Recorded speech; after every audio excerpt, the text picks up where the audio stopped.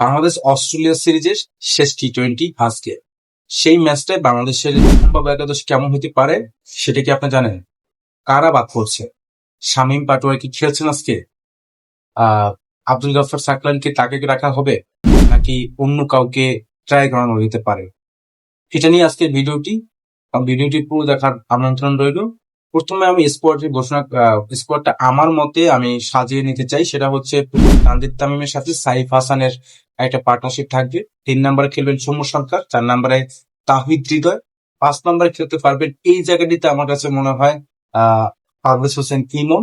6 নম্বরে একটা পরিবর্তন আমার কাছে মনে হয়, সেটা হচ্ছে শামীম হোসেন পাটোয়ারির জায়গায় আমি আজকে ডিসাইড করবো নূর হাসান সোহানকে একটা ম্যাচ বাজে দেখার জন্য। শামীম পাটোয়ারি গত 2 ম্যাচে একটা ম্যাচে ভালো খেলে নাই। সো এই জায়গাটিতে শামীম পাটোয়ারির পরিবর্তে নূর হাসান সোহানকে অ্যাড করানো যেতে পারে।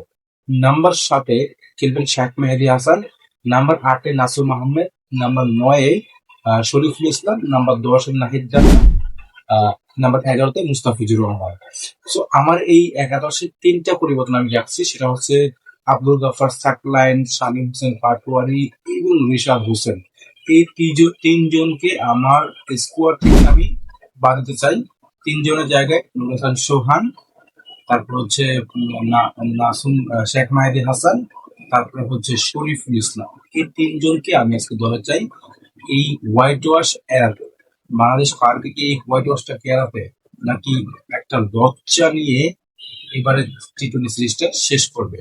অলরেডি বাংলাদেশ সিরিজটা হেরে গেছে, তারপরেও বাংলাদেশ যদি এই ম্যাচটা একটু ভালো করতে পারে তাহলে আহ জিততে পারে, তাহলে কিন্তু আমরা এই ম্যাচে একটা ম্যাচে জয়লাভ নিয়ে সান্ত্বনার একটা জয় পাবো। সো এখানে আজকে ম্যাচটা অনুষ্ঠিত হবে বেলা 2টায় চট্টগ্রাম জহুর আহমদ স্টেডিয়ামে।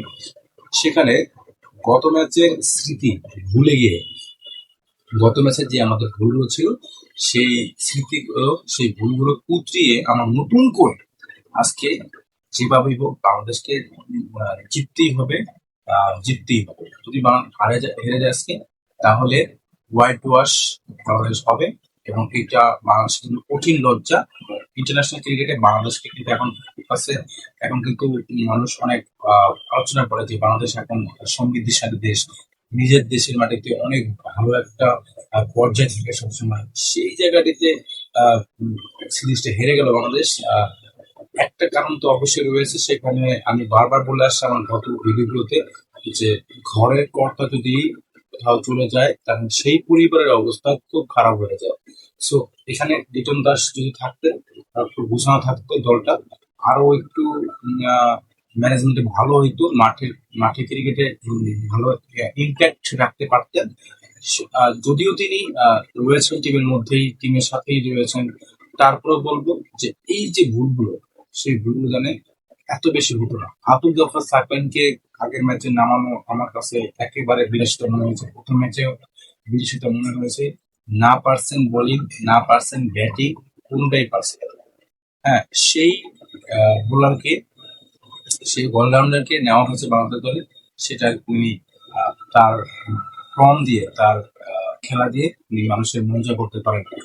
আসলে আমরা তার তো দেখবো লাভ নেই। তার ছোট্ট একটা ক্যারিয়ার, মাত্র তিনি উঠে আসছেন। রাইজিং স্টার্স এর হয়ে দারুণ পারফর্ম করেছেন, বিপিএল পারফর্ম করেছেন। সেই জায়গাতে তার নার্ভাসনেসটা থেকে ধরা যায় যে ও নার্ভাসনেস ছিল। তবে আহ, আমাদেরও চিন্তা করতে হবে, শরীফ এই যে তাকে খেলিয়ে দাও, এই ব্যাপারটা ছিল চরম ভুল, যেটা বাংলাদেশ ক্রিকেট ম্যানেজমেন্টের একটু বিবেচনা করে দেখা উচিত ছিল। যাই হোক, ওটা হয়ে গেছে অতীত। সামনের ক্রিকেটে বাংলাদেশ ভালো কিছু করুক, আজকে ম্যাচটি জয়লাভ নিয়ে সিরিজটা শেষ করুক, ভালো হবে।